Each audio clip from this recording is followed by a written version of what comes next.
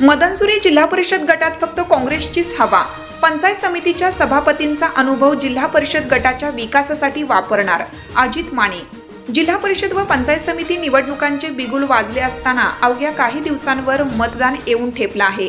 अशावेळी मदनसुरी जिल्हा परिषद गटात काँग्रेसची हवा असल्याचं चित्र आहे. काँग्रेसच्या जिल्हा परिषदेच्या उमेदवार सिंधू अजित माने यांचा बोलबाला असल्याचं चित्र आहे. प्रचार यात्रेदरम्यान अजित माने यांनी इशारा न्यूजला दिलेली मुलाखत पहा. मदनसुरी जिल्हा परिषद गटांतर्गत येणाऱ्या आपण आहोत आज लिंबाळा येथे.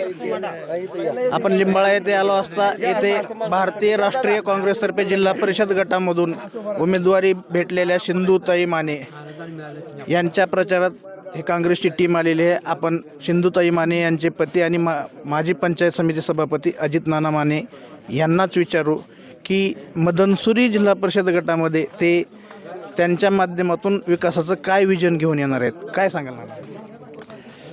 मी विजन असं घेऊन येतो आहे की जिल्हा परिषद अंतर्गत गाव विकासासाठी जे काही योजना आहेत, हर एक समाजाची योजना आहे, हर एक माणसाची योजना आहे की मग ते दलित समाज असो, तांडवस्ती असो, आपले महादेव कोळी समाजाची ठक्कर बाप्पा योजना असो, खूप योजना आहेत. डॉक्टर बाबासाहेब आंबेडकरांचे योजना असतील, ह्या सगळ्या योजना आम्ही प्लॅनिंग करून की एक गाव नकाशाच्या पुढे आणि या गावामध्ये काय योजना राबवली नाही ती योजना प्रत्येक गावामध्ये राबवायचं एक आमचं विजन आहे. आपल्या मदनसुरी जिल्हा परिषद गटामध्ये विकासाचं ब्लूप्रिंट आपल्याकडे तयार आहे असं म्हणायचं आपल्याला.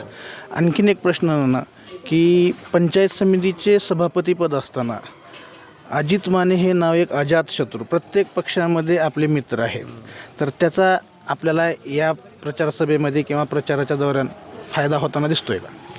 निश्चित माझे प्रत्येक पक्षामध्ये अत्यंत जिव्हाळ्याचे मित्र आहेत आणि त्या मित्राचं काही मत द्यावं असं नाही, पण ते मित्र माझं कार्य सांगू शकतात की हा माणूस इतर उमेदवारापेक्षा चांगला आहे, तेच माझी ताकद आहे. नक्कीच. आणखीन एक प्रश्न म्हणून आपल्याला जो सभापती पदाचा जो दांडगा अनुभव आहे, निधी खेचून आणणे म्हणा किंवा विकासाचं विजन म्हणा, याचा पुरेपूर फायदा आपण मदनसुरी जिल्हा परिषद गटासाठी 100% घेणार का?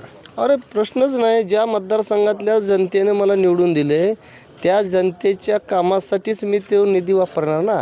मी आजपर्यंत जेवढ्यांदा मी निवडून आलो आहे तिथला निधी मी दुसऱ्या मतदारसंघात 1 रुपया दिला नाही. मी माझ्याच मतदारसंघातला निधी माझ्या मतदारसंघात वापरला आहे. उलट दुसरा मेंबरचं जर कोणी दिला तर मी ते मतदारसंघात आणलेला आहे. लातूर महानगरपालिकेमध्ये जो काँग्रेसला विजय मिळाला, याच्यामुळे काँग्रेस पक्षामध्ये नवचैतन्य आल्यासारखं वाटतंय. याचा फायदा जिल्हा परिषद पंचायत समिती निवडणुकीत कसा होईल?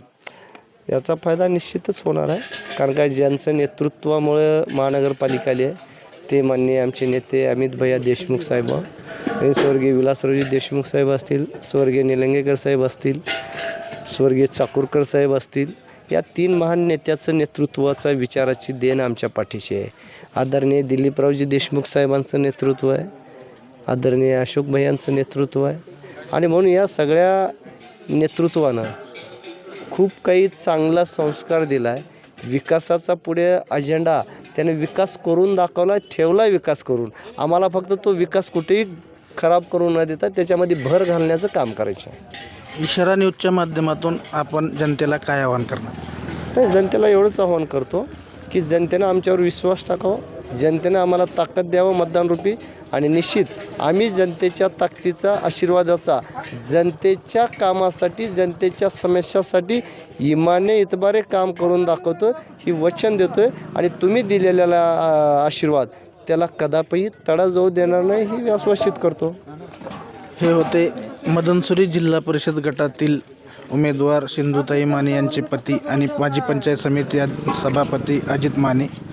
न्यूज इशाराला त्यांनी दिलेल्या मुलाखतीत जनतेला पूर्ण आश्वासित केलं आहे.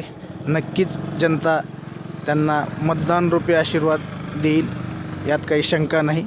इशारा न्यूजसाठी मी सलीम पठाण, लिंबाळा.